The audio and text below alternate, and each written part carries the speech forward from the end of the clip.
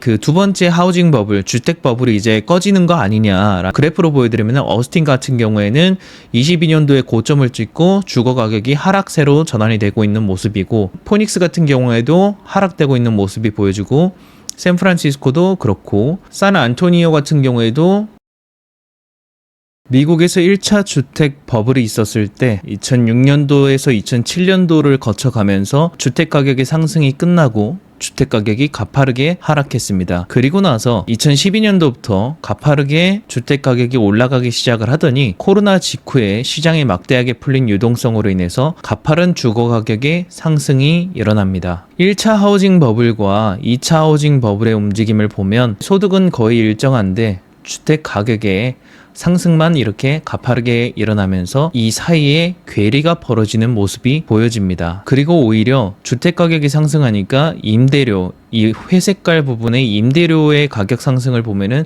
가파르게 올라가는 걸 볼 수가 있습니다. 소득 대비 더 많이 말이죠. 주거 가격의 상승은 결국은 임대료의 가파른 상승을 불러일으키고 결국은 소비자들이 지출하는 금액의 많은 비중을 임대료로 지불하게 됩니다. 그러면 자연스럽게 임대료나 또는 주택을 마련하기 위한 대출 이자에 상당히 많은 돈을 지불해야 되기 때문에 다른 부분에 대해서의 소비 여력이 가파르게 줄어듭니다. 소비와 관련된 기업들의 실적들이 늘어나기 힘들어지는 것이고, 자연스럽게 경제의 성장이 제한적으로 나올 수밖에 없는 그런 상황이 이어질 수 있는 겁니다. 특히 최근에 보면은 이게 미국의 주요 주별로 중위 주택 가격의 변화를 나타내는 것인데, 특히 2020년도 이후에 가파른 중위주택 가격의 상승이 나오면서 상당한 주거 물가의 상승이 예상되는 그런 데이터인 것이죠. 주거 가격의 상승이 가장 가파랐던 주들이 이렇게 캘리포니아, 콜롬비아, 워싱턴, 매사추세츠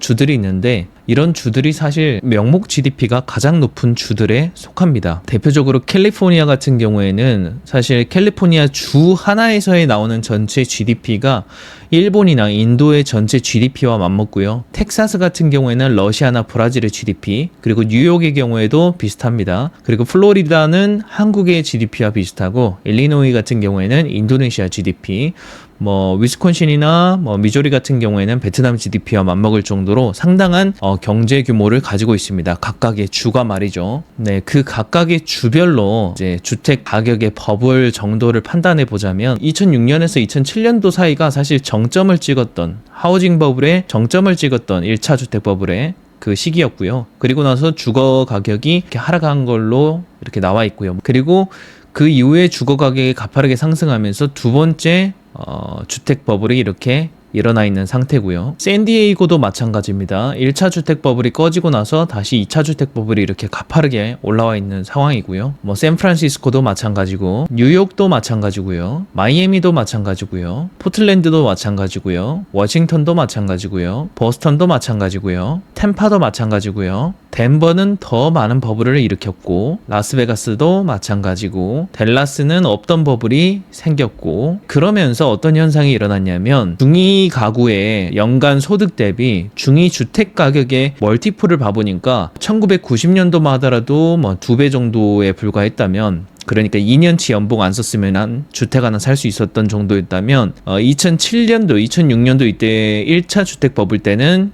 한 4년치 연봉을 하나도 안 쓰고 모으면 주택을 살 수 있었던 정도, 그러니까 4배였던 거죠. 지금 최근에 보면은 거의 6배에서 7배까지 되어 있습니다. 그러니까 사람들이 연간 벌어들이는, 중위 가구의 연간 벌어들이는 소득 대비 중위 주택 가격의 멀티플이 과거에는 한두 배였지만 이게 1차 하우징 버블, 1차 주택 버블 때는 4배 정도까지 올라갔고, 지금은 이게 7배까지 올라갔다는 거죠. 내가 연간 벌어들이는 소득을 단 한 푼도 쓰지 않아도 7년 정도 만에 이거를 상환할 수가 있는데, 사실 먹고 쓰고 지출하는 게 있기 때문에 엄밀히 따지면 실제로 남기는 소득이 50%도 안 될 겁니다. 30-40%라고 치면은 사실 15에서 20년 정도를 갚아야지만 원금 상환이 완료될 수 있다라는 이야기인 거죠. 지금의 주택 가격의 버블이. 그 정도로 많이 커져 있는 상태입니다. 그러니까 어떻게 보면은 그만큼 레버리지를 많이 써서 주택을 사고 있다는 것이고, 그만큼 주택 가격이 너무 올라가다 보니까 주택 가격에 대한 이자 지출에 대한 부담이 상당히 커지게 되는 그런 상황입니다. 물론 이자율이 낮았을 때는 상관이 없지만, 낮았을 때 이렇게 사람들이 대출을 받아서 마구마구 올려둔 주택 가격 때문에 이자율이 높을 때 신규 주택을 구매하던 사람들이 막차라고 타서 높은 금리로 대출을 받아가지고 주택을 사던 사람들이 이제 엄청나게 부담을 느끼기 시작하는 그런 상황이라는 것이죠. 그렇게 주거의 가격이 가파르게 올라가니까 자연스럽게 임대료도 가파르게 이렇게 올라가기 시작을 합니다. 14년도부터 지금까지 보면은 뭐 과거 14년에는 뭐 1,500불 정도 하던 월세가 지금은 뭐 2,500, 2,300불, 뭐 2,500불 이렇게 하고 있는 그런 상황인 거고, 2022년도 중위 가구의 소득이 평균적으로 연 74,500불이었어요, 미국에서. 그럼 이걸 12개월로 나눠보면은 월에 6,200불 정도의 소득이 나왔다는 거고, 임대료가 2,800불이라고 하면은 사실 월 소득의 45%에 달하는 정도를 임대료로 지불하고 있는 그런 상황이 됐다라는 거죠. 임대료가 이렇게 비싸진 이유는, 월세가 이렇게 비싸진 이유는 주택 평균 가격이 미친 듯이 올라가지고 이제는 중위 소득 대비 7배에 달할 정도의 평균 가격이 형성되면서 그런 영향이 미쳤다. 물론 이제 최근에는 좀 조정이 일어나고 있어요. 지역마다 차이가 있지만. 그래서 19년도만 보더라도 가구가 벌어들이는 총 소득 대비 임대료 비중은 35%에 불과했는데 이제 22년도에 이게 40%를 넘어섰고, 지금은 아마 더 올라가 있을 수도 있습니다. 그러다 보니까 자연스럽게 사람들이 먹고 쓰는데 소비해서 물가가 올라가기보다는 이제 물가 내에 주거 부분의 비중이 가파르게 올라가 버리는 물가의 기형화가 일어나는 그런 상황이 돼버리는 거죠. 소비가 늘어서 물가가 올라가면 차라리 기업들이 이익이라도 많이 창출하고 일자리도 많이 창출할 수 있지만, 지금은 기업들에게 지출을 하는 소비가 아니라, 기업들이 매출을 낼 수 있는 소비가 아니라 주거에 돈이 다 몰려있기 때문에 은행들만 잔치할 수 있는 그런 구조로 빠져있는 그런 상황인 거죠. 그래서 이제 그렇게 주택 가격이 미친 듯이 올라가니까 연준이 이제 의도적인 통제를 하기 시작을 했고, 주택을 구매하는 사람들이 은행에 주택담보 대출을 받았었는데, 요거를 계속하다 보면 은행들이 곡간이 바닥이 나잖아요. 그래서 추가 대출을 못 해주는데, 그래서 은행들이 요 대출권을 묶어서 MBS라는 상품으로 만들어서 이걸 투자자에게 팔면서 기존에 해줬던 대출을 유동화시켜서 은행들이 다시 현금을 확보하고 그걸로 다시 이런 주택담보 대출을 해주고 있었던 상황이었는데, 결국 이런 구조가 계속 된다는 거는 가격의 상승을 계속 견인할 수 있는 그런 상황이었다라는 거죠. 왜냐면 은행이 계속 대출을 해주니까. 그리고 주택 가격도 계속 올라가고 있었으니까 충분히 계속 더 상승을 보는 사람들이 계속 주택담보대출을 받으면서 주택을 샀겠죠. 근데 요 구조가 되려면은 요 MBS가 계속 누군가가 사줘야 되는데, 그 MBS를 단일 투자자 기준으로 가장 많이 가지고 있는 게 연준입니다. 그런데 그 연준이 2022년도부터 요거를 가파르게 줄여나가기 시작을 해요. 그렇다는 거는 시장에서 MBS를 과거에 미친 듯이 받아주던, 그러면서 주택시장의 유동성을 공급하게 힘을 실어줬던 연준이 이제는 반대의 포지션을 취하고 있다는 거죠. 그러니까 요 구조가 막히면서 은행들이 유동화가 어려워지고, 자연스럽게 은행들도 주택담보대출 금리가 30년 기준으로 이렇게 높은 수준까지 유지가 되는 거죠. 그래서 연준이 사실 24년도 말에 기준금리를 내렸음에도 불구하고 여전히 30년 모기지 금리는 7%대 높은 수준으로 계속 유지되고 있다. 그러니까 주택 가격이 살아나기가 쉽지 않은 그런 상황인 거죠. 연준이 통제를 하고 있기 때문에. 그래서 주택 구매자들은 이자의 부담도 느끼고, 그리고 최근에 주택 가격이 밀리는 걸 보면서 지금 말고 나중에 살게 라고 포지션을 전환하게 되죠. 그렇게 미국 주택시장의 수요가 줄어들기 시작을 하면서 중위주택 가격이 신규 분양을 해도 안 팔리니까 가격대를 낮춰서 분양을 하거나, 그래서 중위주택 가격이 점점 떨어지고 자연스럽게 중위 임대료도 떨어져 나가는 그런 상황이 되는 거죠. 그래서 주거 물가가 미국에서 빠르게 잡혀가고 있었다. 그 덕분에 전체 물가의 30% 정도 이상을 차지하는 주거 물가가 빠르게 하락을 하니까 전체 물가도 빠르게 떨어졌었어요, 이때.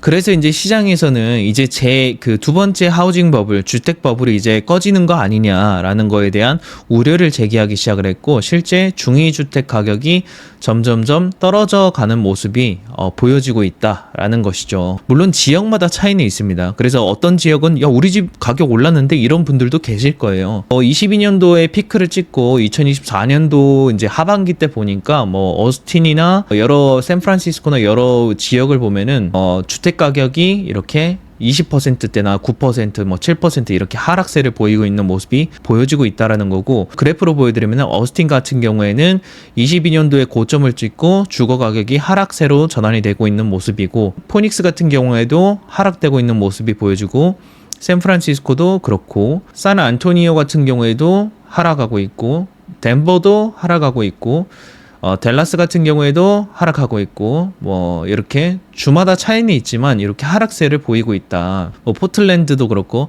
하락하는 주도 있고, 여기서부터는 이제 횡보하는 주들이 있어요. 또 떨어지다가 이제 횡보하는 주들이 이렇게 계속 보여주고 있다. 시애틀 뭐 할 거 없이 뭐 내시빌도 그렇고 상승을 멈추고 횡보하는 그런 모습이 보여주고 있다. 만약에 이게 다시 상승세로 전환이 된다면 연준이 초강수를 둘 수 있겠죠. 예를 들어서 지금은 MBS만 축소를 하면서 은행이 30년 모기지 금리를 높게끔 유지하도록 의도적인 통제를 하고 있는데, 그럼에도 불구하고 연준의 금리 인하가 예상이 돼서 사람들이 또 주택을 막 사기 시작을 하면은 주거 물가가 다시 치솟을 수 있으니까 연준이 은행들을 통제해서 주택 담보 대출에 대한 한도를 제한한다라든지 뭔가 이런 식의 개입을 할 수 있는 가능성이 크다. 아니면 MBS를 더 대규모로 팔아치워서 30년 모기지 금리를 더 높여버린다라든지 기준금리는 내려오더라도 그런 액션을 충분히 취할 수 있다라는 거죠. 주거 가격의 상승이 멈추고 횡보하는 모습이 지금 계속 보여주고 있는 그런 상황이에요. 이게 하락세로 전환이 되면은 요때 많은 대출을 끼고 사신 분들이 이제는 주택 가격보다 대출액이 더 커져 버리는 디폴트가 나오면서 파산 건수도 많이 늘어날 수가 있는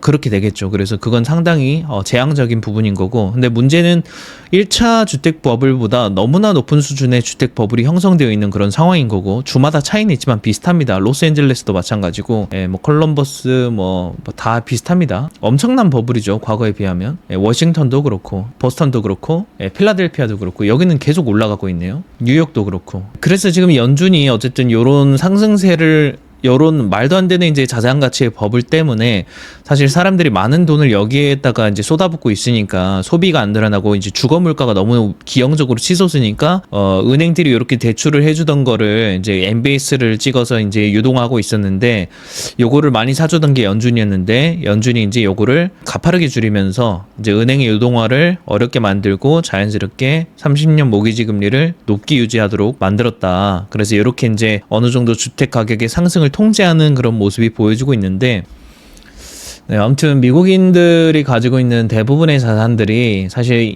일을 시작하는 나이가 되면은 대부분 이제 주택 자산이 이제 대부분을 차지하게 되고, 그리고 이제 대출의 경우에도 대부분이 이제 모기지 대출, 주택담보대출이 대부분을 차지하는데, 가파르게 올라간 주택 가격이 하락하기 시작할 때는 사실 대부분의 자산이 주택이고 대부분의 부채가 주택이기 때문에 이제 리스크가 가중화될 수가 있는 거죠. 근데 그게 언제부터 어떻게 시작이 될까는 아무도 모르지만, 근데 제가 하나 우려하고 있는 거는 이제 2012년도 이후부터 이제 주택 가격이 급증하기 시작을 했는데, 그때 민간 시장의 대출도 많이 풀렸어요.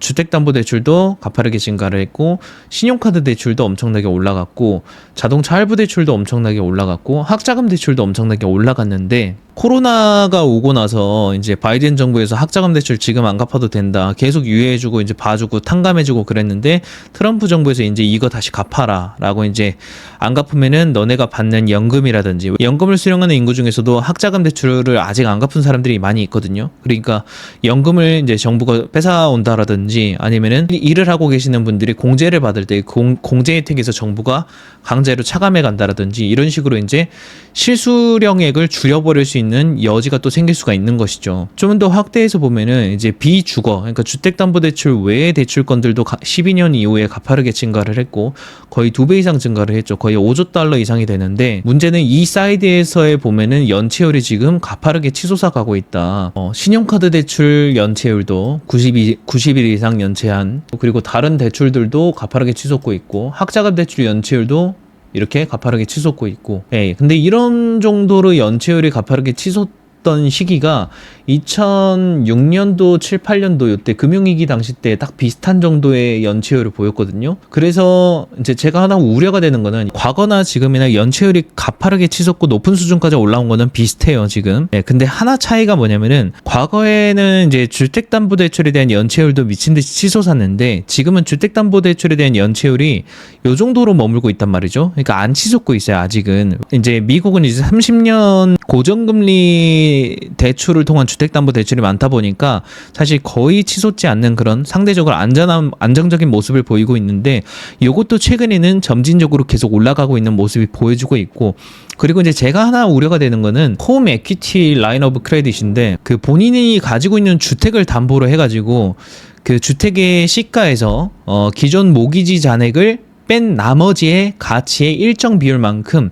대출을 받을 수가 있어요. 예를 들어서 5억짜리인데 그 5억 중에서 내가 기존에 빌린 돈을 빼고 기존 시가에서 빌린 돈을 빼고 나머지 가치에서 순자산이 있잖아요. 순자산 가치의 한 70에서 90%까지 돈을 빌릴 수가 있어요. 주택을 담보로. 그게 홈 에퀴티 라인 오브 크레딧이거든요. 그래서 신용카드처럼 그 한도를 받아놓고 이제 필요할 때 뭐 그때마다 이제 꺼내서 돈을 빌려서 쓰는 건데 근데 요거의 경우에는 고정금리가 아니고 변동금리인 경우가 많아요. 예, 그래서 보통 요걸로 이제 주택을 담보로 빌리는 이런 돈 같은 경우에는 이제 학자금 대출이나 뭐 창업자금이나 리모델링에 쓰는 이런 돈으로 쓴다라는 거죠. 소비라든지. 금리가 낮을 때는 사실 문제가 없는데 금리가 높은 수준으로 지금처럼 유지가 되면은 요게 이제 연체율이 치솟기 시작을 해요. 그래서 이 보라 색깔 라인을 보면은 과거에도 이렇게 치솟다가 가파르게 치솟았는데 이게 보니까 점진적으로 최근에 들어서 이제 가파르게 올라가는 모습이 보여주고 있다.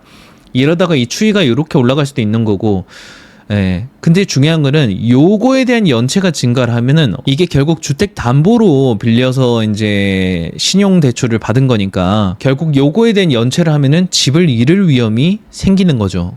특히 이제 변동금리의 경우에는 지금처럼 고이자 상태일 때는 고금리 상태 때는 더 리스크가 커지는 거고 그리고 또 주택 가격이 하락하면은 지금처럼 그럼 대출 한도의 축소에 대한 위험도 생길 수가 있는 거죠. 그러면 기존에 빌려놓은 게 있는데 다시 그걸 상환해야 되는데 상환할 돈이 없거나.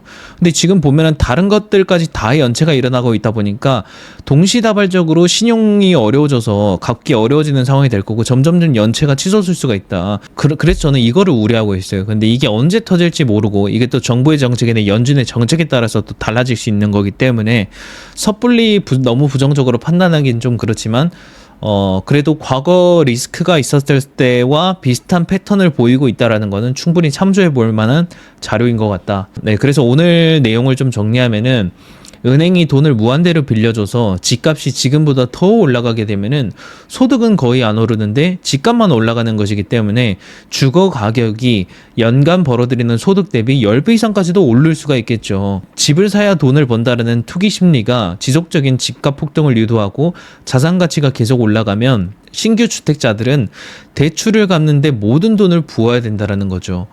결국은 그것 때문에 상대적으로 소비에 쓸 수 있는 돈의 여력이 줄어드니까 소비 여력이 줄어들고 그러면 은행들은 계속 잔치를 할 수 있겠죠. 은행들은 주택담보대출을 계속 늘리고 주택담보대출의 익스포저가 커지게 되면은 요걸 유동화하기 위해서 왜냐면 더 유동화를 해야 돈을 더 대출해주고 돈을 버니까 그래서 MBS를 발행을 하는데 그러니까 이제 주택가격이 너무 올라서 지금과 같이 고금리 상황 임대료가 이렇게 비싼 상황에는 주거 물가가 너무 치솟아 버리고 물가의 기형아가 나오니까 요걸 또 잡기 위해서 연준이 MBS를 축소해가지고 은행의 유동화 장치를 축소시켜가지고 주택담보대출의 금리를 높여버리고 그런 식으로 이제 개입을 하고 있지만 이 또한 일부 지역에서는 계속 주택가격이 올라가고 있기 때문에 먹히지 않고 있는 그런 상황인 거죠. 예, 그렇게 미국은 소득 대비 자산가치나 대출의 규모가 급증하게 되고 어느 순간이 되면은 이자도 갚기 어려워지는 그런 상황이 된다. 돌려막기가 안 되는 상황이 되고 감당이 안 되는 상황, 자산 가치가 빠지게 되면은 그러면 결국은 버블은 이때부터 걷잡을 수 없이 1차 주택 버블이 무너졌던 것처럼 걷잡을 수 없이 꺼져갈 수도 있는 것이고 보이지 않았던 문제들이 수면 위로 드러나게 된다. 그래서 이제 그런 부분을 공유드리기 위해서 오늘 컨텐츠를 준비했고요. 그리고 이제 제가 미국에서 있는 그런 문제들이 이거 외에 정말 많은 문제들이 있는데 그런 문제를 정리하고 그걸 해결하기 위해서 미국 정부가 어떤 정책을 하나씩 해나가고 있고 그리고 앞으로 벌어질 만한 그런 새로운 정책들이 어떤 게 있을까에 대한 제 생각을 정리한 전자책을 제가 이번에 만들었는데 구독자분들에게 무료로 배포를 하고 있습니다. 그래서 관심 있으신 분들은 본 영상에 고정 댓글에 있는 링크에서 신청을 해주시면 되겠습니다. 네, 오늘 제가 준비한 컨텐츠는 여기까지고요. 본 영상이 유익하셨다면 구독과 좋아요, 알림 설정 부탁드리겠습니다. 감사합니다.